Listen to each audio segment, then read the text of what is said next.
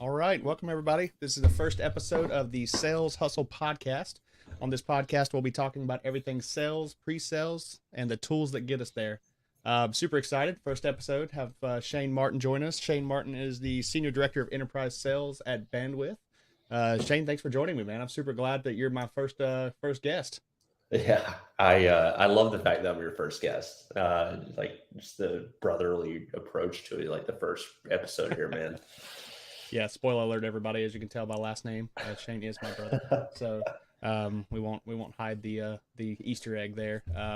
So yeah, Shane, glad to have you on this episode. Kind of the what we want to talk about is the AESE relationship, and I think that's kind of the perfect way to start, right? In your role, and in my role. So kind of my role day to day, leading global SEs.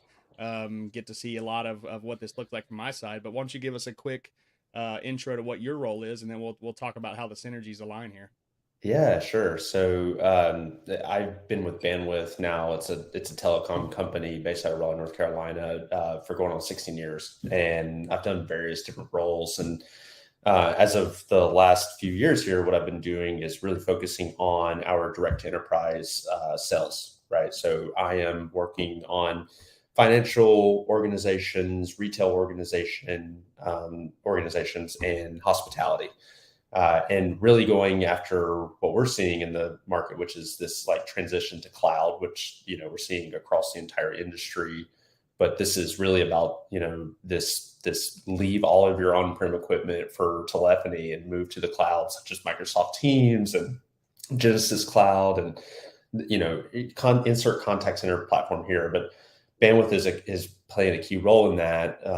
We've been doing this for the last 24 months now, where we're helping these organizations migrate to the cloud, maintain control of their phone numbers, here in North America, but also globally, 60 plus countries around the world, and get the data they need that, they're wanting to retain control of as they move to the cloud. Yeah, that's awesome. I know, obviously you've been there for a long time and a lot of things have changed. So let's back up. How did you get into sales, man? How'd you end up here?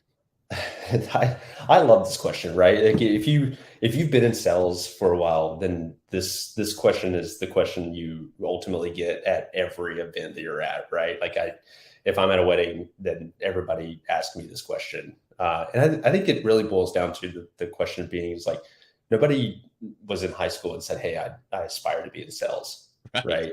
Like it's just not what you have. Everybody was, I'm going to be an electrician or an engineer or a computer scientist or an astronaut. Mm-hmm. I my my arrival into sales looks very similar to a lot of people's arrival into sales, in that you kind of stumble your way in there.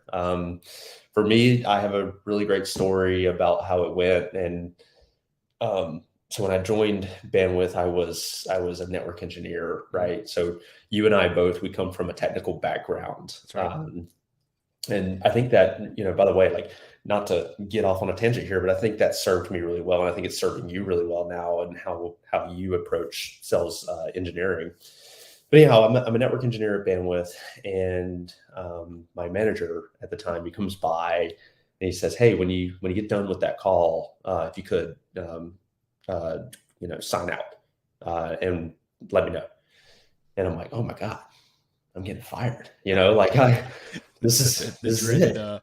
walk to the principal's office. Yeah. I don't know what I've done, but boy, I know that I'm getting fired. So my heart rate's up, my adrenaline's through the roof, and because of that, I remember vivid details of this moment in my life. Right. So this man, he's got a Ford F-150. It's that champagne color F-150. I remember the creak of it. Like, by the way, sorry, when I sign out, we walk out to the parking lot. By the way, So we're walking out where are to the you parking taking lot. me? Yeah, he's walking me out to my car. Obviously, this is it.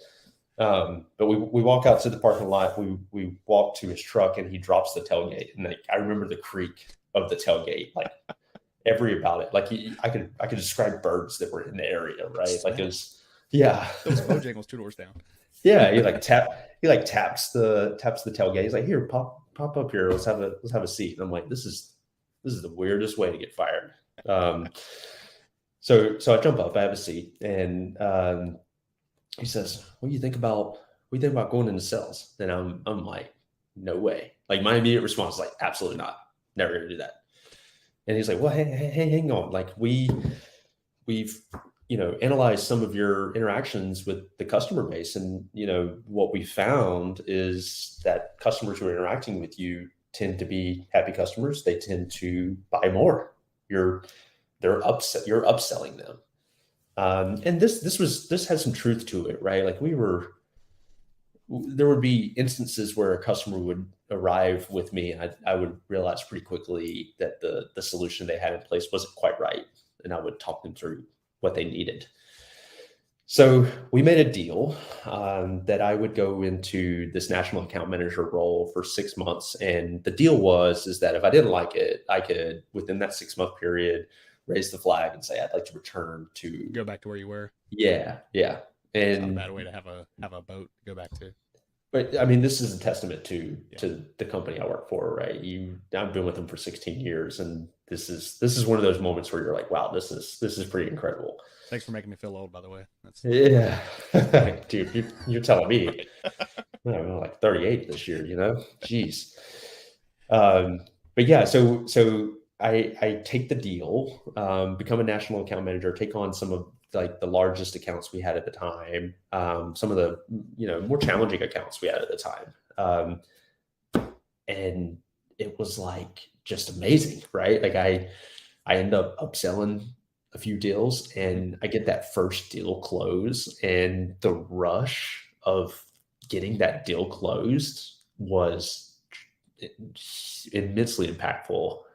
And there was no going back after that, right? Like it was, what am I going to do to have the same thrill in the role that I was just doing? It's impossible. Like, so yeah, after that, I didn't go back. I've been in sales ever since, and I've done various roles throughout that time since. And this is, I'm gonna hurt your feelings again, making you feel old, but this was 2000 and 2010 timeframe, right? So, hey, yeah, but yeah, I did strategic account manager and manage our larger roles, and I've done director of inbound sales. I've done strategic account executive, which is what I'm really doing now these days, is just an individual contributor role. But I've managed teams, I've built teams, I've scaled teams up, and all through those different rings, it's been just an incredible ride. Yeah, so I was having this conversation with a kind of newer seller the other day, and we were talking about keeping up intensity in sales, and one of the things that people ask me quite a bit, and I'm going to ask you is, you talked about those first couple of sales and you were hooked, right? But 16 years later, there's obviously a grind to sales. It's not For all sure. sunshine and rainbows. It's ups, downs, there's valleys. But what, after all this time, what keeps you motivated to keep going after a sale? What keeps you pumped to still have the fire, not settle on your laurels? I know you've closed a lot of big deals in your life. So what makes it reset for you, and you go after the next one with the same tenacity that you went after them, 10 years ago? Yeah, the quotas definitely are an easy way The money to helps. yeah, and the money, it certainly helps. In all seriousness, for me, I develop a pretty strong relationship with either my prospects or my customers, depending on where I'm at, right? Like as I was managing accounts, I developed these super deep relationships with the accounts I was working with, where like I cared deeply about their success. And however I could go about helping them do that throughout their interaction with me mattered to me. And it mattered enough that like that really like kind of drove me to really do a good job for the customer. Mm-hmm. And what I found is if I took that approach and I cared deeply about my prospect and my customer and their experience with me and my company and my product, that was super satisfying, and that kept me driven throughout the years. And that's what led me, frankly, to being successful. Like I think if if you get up as a sales rep and you're just spending your time thinking about, how many calls am I going to make today? How many emails am I going to make today?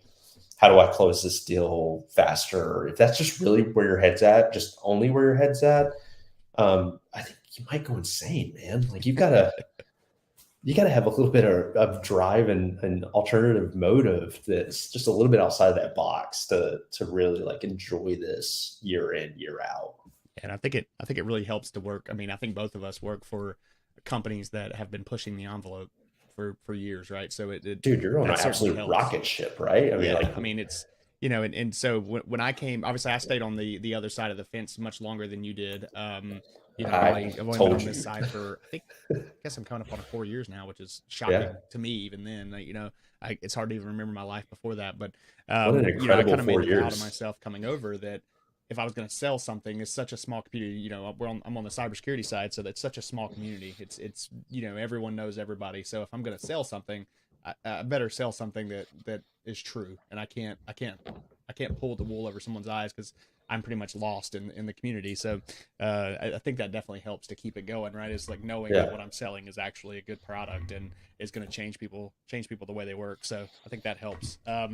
Cool, man. So let's pivot in. We kind of talking about the AESE relationship. How many, if you could think back 16 years, how many different SEs do you think you've had over your years? I mean, easily 15, Yeah. maybe more. But we've always ran pretty lean on our SEs at Bandwidth, for better or for worse. It's a finite resource. I think you're learning that as Yep. well. It's an incredibly important resource to a sales organization. Hmm. The fact of the matter is that a sales engineer is the source of truth, right? So while I think my prospects understand me to be a super transparent, truthful guy. But at the end of the day, like when I say, yeah, this is what the product will do, it's very important that a sales engineer is beside me to be able to say, yeah, that what Shane is telling you is truth. Like this is what it's going to do. Or correct me when I'm wrong. I mean, I've had that happen, and that's important as well. Hopefully in a good way, right? Like Sure. I've seen some horror stories, right, where the SE like corrects the rep and makes the rep look bad versus correcting the rep and just guiding it a little bit. Like what they said is true, but so I'm sure you've seen I both sides in your I career. have. I have. So what? Let's talk about the broadly the AESE experience. What in your opinion? And it's funny. Some people might have seen this on LinkedIn. I was started playing around with generative AI and just asking it questions, which is pretty funny. It's been really cool Um, watching. yeah, right. Asking it like, hey, what makes a good SE? What makes good AESE? And this is actually the one that got the most conversations. There was a lot of opinions, a lot of good feedback, which I think is great. But in your opinion, right, like what does make broadly, right? What makes a good AESE experience? Like as far as like how to make sure they're like They're kind of working like together, right? they're Like working what together. what do you look for? Like what makes that relationship good? I consider my role in a lot of ways like a quarterback role. And so I think I'll start there. Like Yeah. and that leads into your question of like, how do we have a good AE SE experience? And really to your point, what you just said earlier, like how did the SE, behave when they were correcting you? Did they put you in a good light? Elevating your peers at all levels, not just AESE, but AE legal, right? Anybody who's a part of the sales process is so important and critical. And there's the way to elevate your peers is prepare them, right? One of the things I've seen over the years that it just boggles my mind is watching sales reps throw sales engineers into a call with no prep. Oh, it's the worst, man. It's It's the the worst. worst.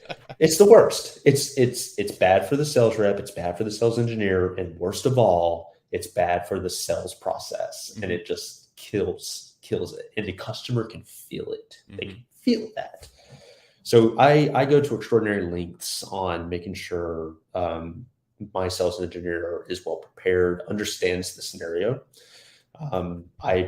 I produce a lot of notes based on previous discussions I've had with the organization, anything that I know, everything that I know, Hmm. personal notes, right? Like, yeah, John is a huge Green Bay Packers fan. I know you are too, right? Love Like that. building these connections and making sure that they know how to position our product and our company, and themselves personally, Hmm. so that they show up and they're in the best possible position to win.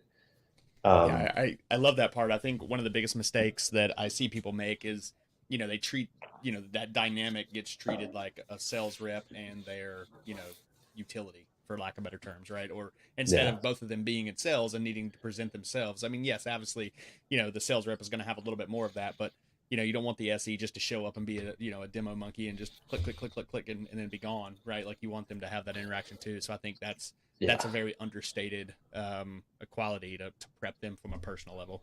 yeah. I do a lot of things also during actual presentations. So I'll tee up my sales engineer for specific things. And one of the flows I like to follow that I've been doing for a while now is start off maybe this is an hour long presentation. Start off the presentation with giving a quick introduction of my team, right? This is my associate AE. This is my sales engineer. We make up a team. We're focusing on the financial space. Mhm. Mr. Bank A, like we're here to talk to you about some of the things we're seeing in the market and how we play. Mhm. And when I do that, I try to introduce my sales engineer with like, hey, here's sales engineer X, and he's been in this space for 10 plus years, and Mhm. he's helped X amount of companies solve for these sort of challenging problems. So I'm really excited he's on the phone with me today. So like conveying this excitement that he's with me, like we should be all That's excited awesome. about this. Yeah. And then I'll go into like a scenario, um, or like existing scenario, right? So like today your infrastructure looks like this, and here's the things you're working on, and I'll start teeing up my sales engineer to ask questions. Mhm. Like sales engineer X, and I'm trying to avoid saying names, Right. but Yeah, I appreciate sales that. engineer X, like, what do you think about this? Like, is there any questions you would have in regards Mhm. to this infrastructure before we go any further? Yep. And like giving them the floor. So I'm trying to set them into a position of this is the trusted person. He's been in the industry for a really long time, and hey, do you have some questions for my friends here at Bank A? Like Mhm. what would you ask? And Yeah. give him time.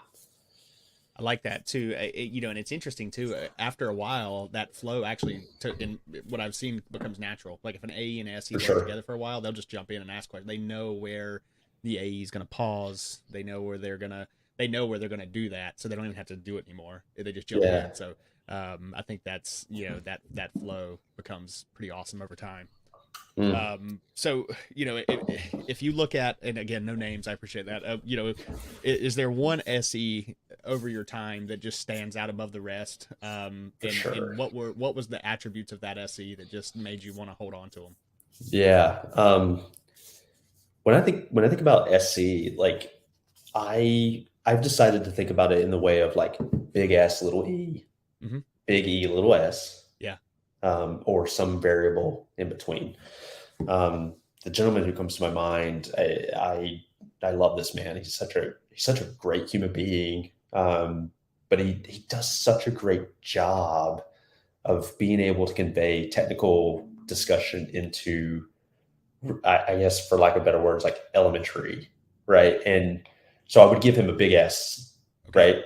Um, maybe a medium E. I know that I just said that it's supposed to be big ass little E, but honestly, he's just a great sales engineer. Knows his stuff, knows his product, knows when it doesn't work, right, and won't sugarcoat it. Like, hey, this isn't going to be exactly what you were thinking, but the way he can convey these concepts and these topics, is some of the best I've ever seen before.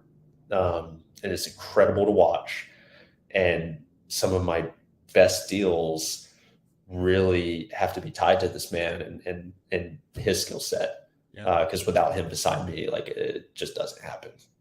Yeah, that's cool. I watch this all the time. I get to join a lot of calls since I'm not individual contributor anymore, so I'm just all over the world and joining calls, and you can always feel that. Like when the sales rep has just complete trust in the SE and doesn't feel like they have to just run everything.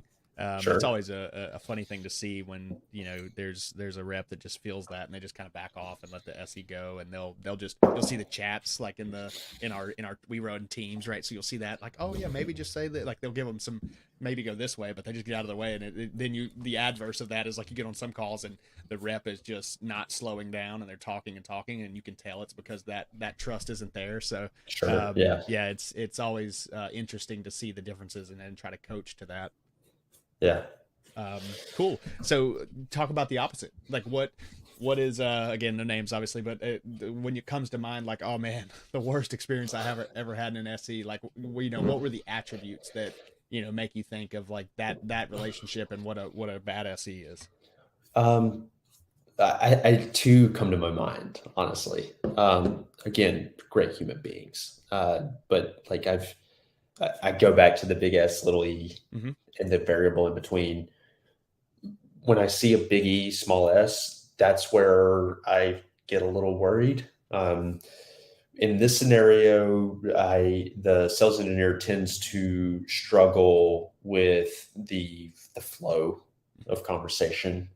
Um, I've seen where like a customer asks a question and the short answer is no, and that's the truth. The short Hmm. answer is no. But the long answer is there's hey, here's why, right? That it's a no, Right. right? And there might be another way. Yeah, or there's an alternative to the question you asked, and Yep. here's how we can approach it. And I've had small s, little big E, just say no. Hmm. And then I'm in a position as a sales rep where I have to say, whoa, well, yes, it's no. The answer is no. That's the easy answer, short. But let's talk about like some more detail behind it. And that what I found is that just doesn't flow the Hmm. same, which is unfortunate.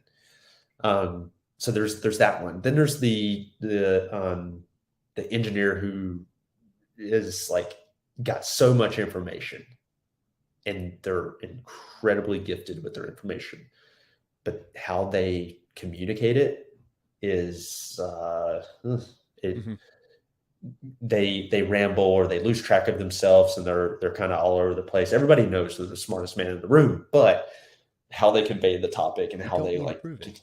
or how they can like actually get it out to the floor Yep. just doesn't land quite the same. And so Yeah. So that's unfortunate. that first example, I call that the black and white SE, right? So I've coached out of that a few times where, to your point, the answer is correct, but in sales, unfortunately, we have to live in the gray every once in a while, and the way I coach around that is kind of like, hey, don't answer a question with an answer it with a question, right? So if you Sure. know the answer is no, don't just say no. Ask them, to your point, like, okay, what are you trying to accomplish? What are we trying to do? What does that mean to you? And that way you can start to formulate, what's my next path. Okay, I know I can't go that way, but I can figure out a way to go this way.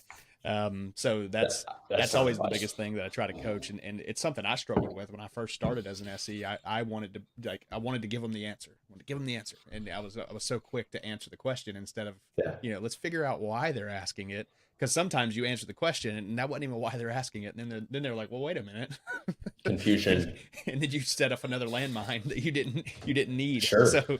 no, Or that's a good yeah. one. So what kind of putting that together, what advice would you give sellers to create a good AESE relationship? Right back to preparation. You've got to make sure that your sales engineer enters the sales process or sales flow and is prepared.